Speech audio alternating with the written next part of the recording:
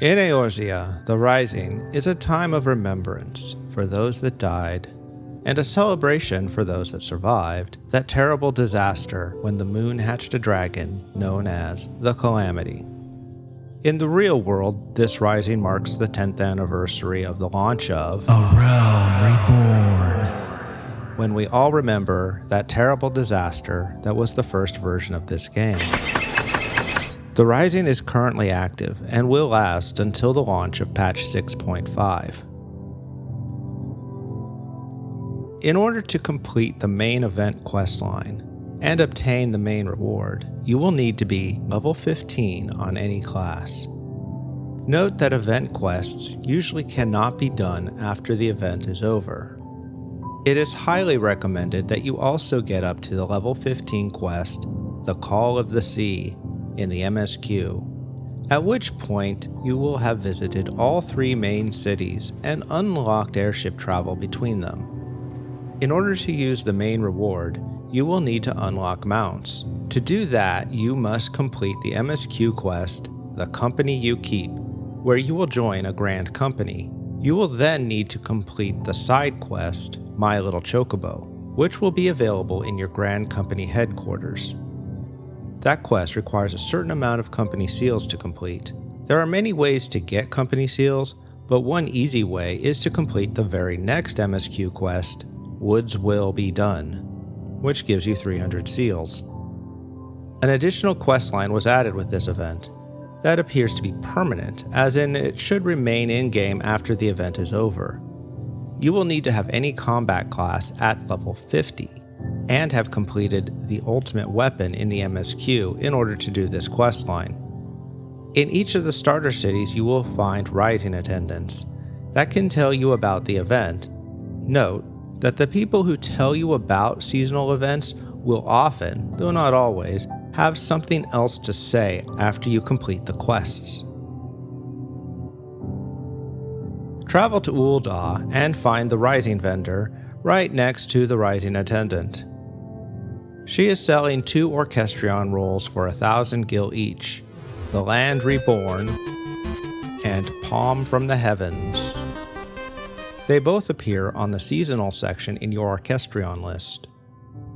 The poster can be placed on a wall in your apartment or house and features the artwork from the first Rising event way back in 2014. She also sells the usual fireworks and such.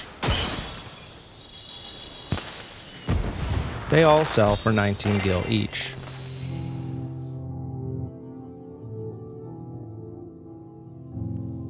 Nearby, find Kipi Jakia, who has been a part of quite a few events lately.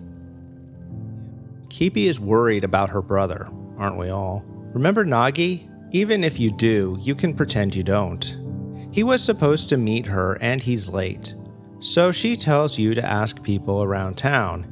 Hint, they're somewhere in the orange circles. Hey look, it's Bran. Anyway, the consensus is that the Wandering Minstrel did it. I mean hired Nagi to do some adventuring.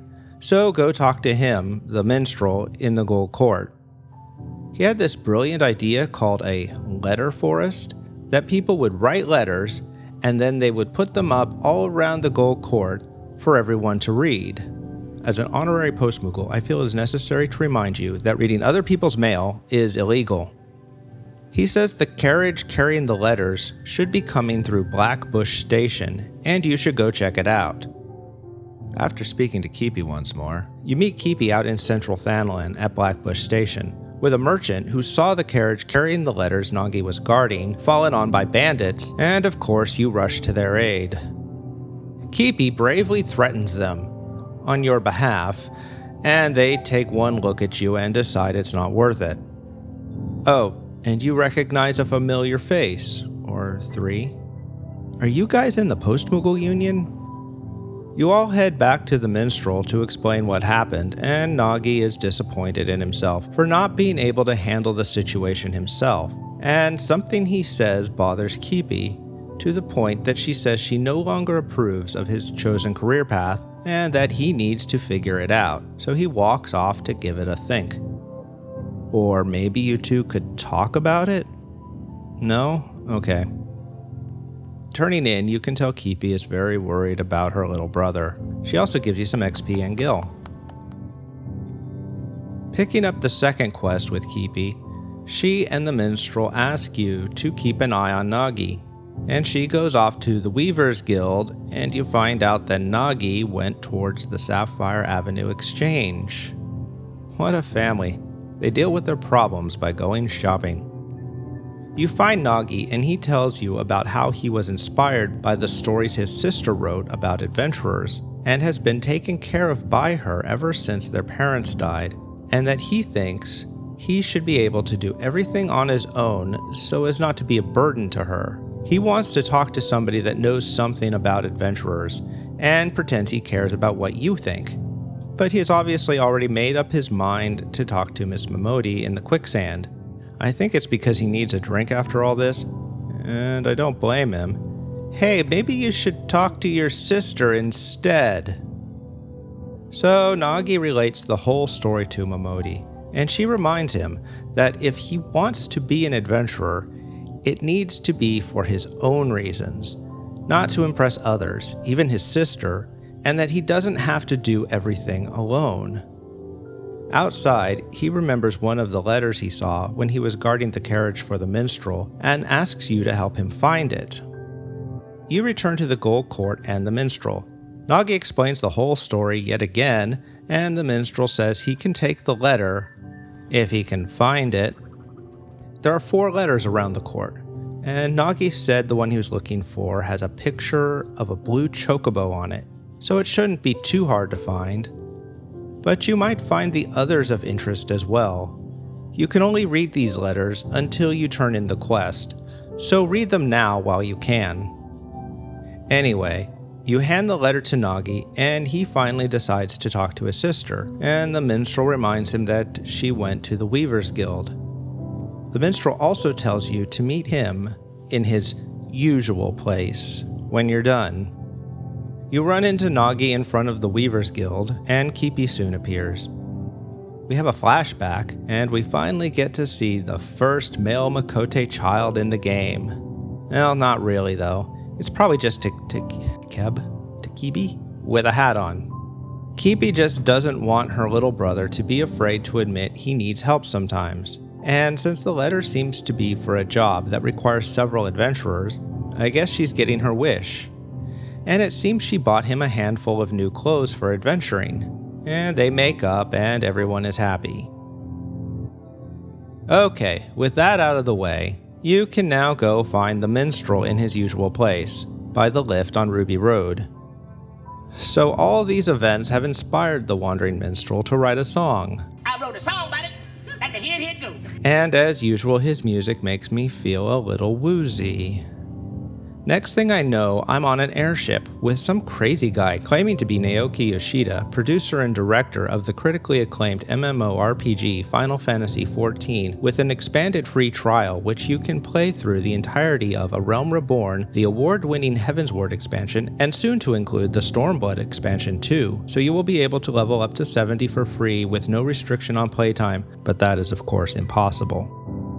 Anyway, as I wake up, the minstrel seems blissfully unaware of what I've been through, and decides to play another song. I wrote a song about it, like the hit go. And we see an epilogue of our little story, including the clothes Keepy got for Nagi. Completing the quest, you receive a little XP, a little gil, some Nimia potpourri, and a whistle. You also see an announcement that you have unlocked the Letter Forest, as well as the Kupo Kupo Adventure minigame, and an achievement. The potpourri is the same one introduced 2 years ago, and you can buy as many as you want from the holiday vendor for gil. If you go back to the Gold Court, you will see a 10th anniversary symbol over the head of the Letter Forest tender, like the ones over the Moogles now. Speaking to her, you will get a list of letters to read. These seem to be letters from people who've worked on the game, but made to look like anonymous letters from people in-world. My main has one more than my alts, so it may be unlocked for completing Endwalker. Now if you go back to the stage at the other end of Ruby Road, you will see a Lalafell named Nenora, also with a 10th anniversary symbol. She will let you play a minigame, Kupo Kupo Adventure. It's kind of fun. I might describe it as a cross between Plants vs. Zombies and Breakout, maybe? More importantly, it will now be available in the toy box in any in-room. Note that games from previous years should be also unlocked. Now that whistle you got can be used to acquire the Rising Phoenix mount. It's not exactly a mount though, in that you don't sit on it, but you seem to become it. It's all very symbolic. It has a special action, a Flame Reborn. Don't worry if you have not yet unlocked mounts. It will be there waiting for you when you do. Now a second questline was added to the game along with this event. It seems it will be permanent, as the quests do not have the same warning as temporary event quests, so I won't go into too much detail. Speak to Nananji in front of the Immortal Flames headquarters. He's a writer, and he's interested in writing a biography of Louis Soir, and most importantly, what he did and said in his final moments before the calamity. He doesn't know much about doing interviews though, and he wants your help. Maybe you should ask Kipi? She was around here just a minute ago. Who is Louis Soir? Well, this guy. He is mentioned a little in the MSQ, but very little is said about him. These quests will probably tell you more about him than anything else currently in the game. However, the Coils of Bahamut questline will tell you quite a bit as well.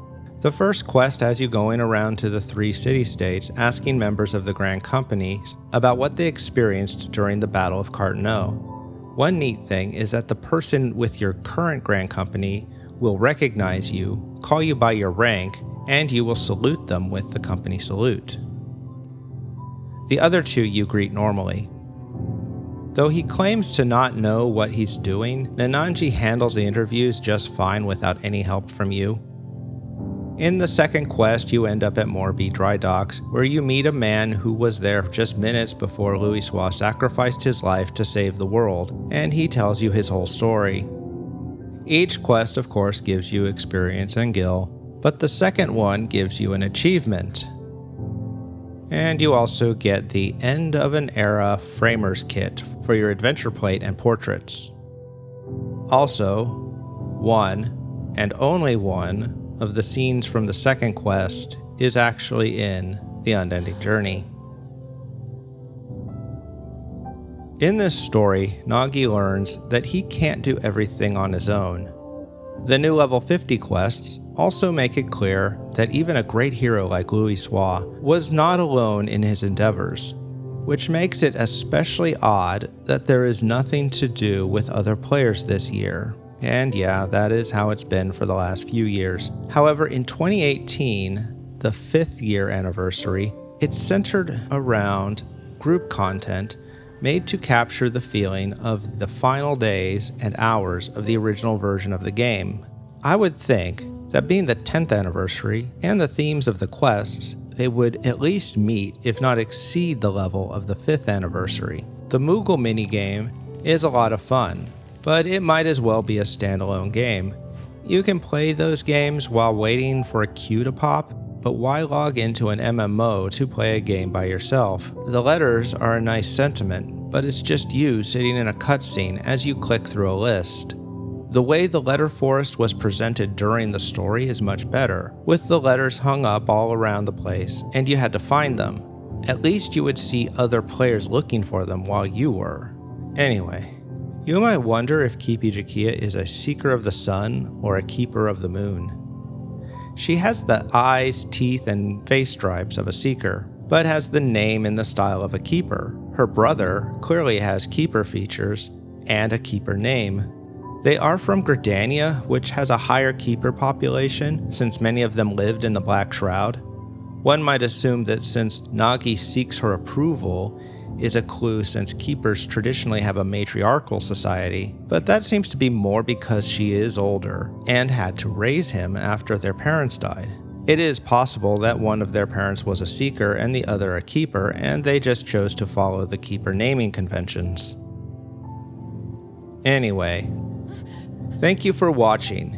If you enjoyed this, or any of my other videos, you can show your appreciation by buying me a coffee. No pressure though. Goodbye.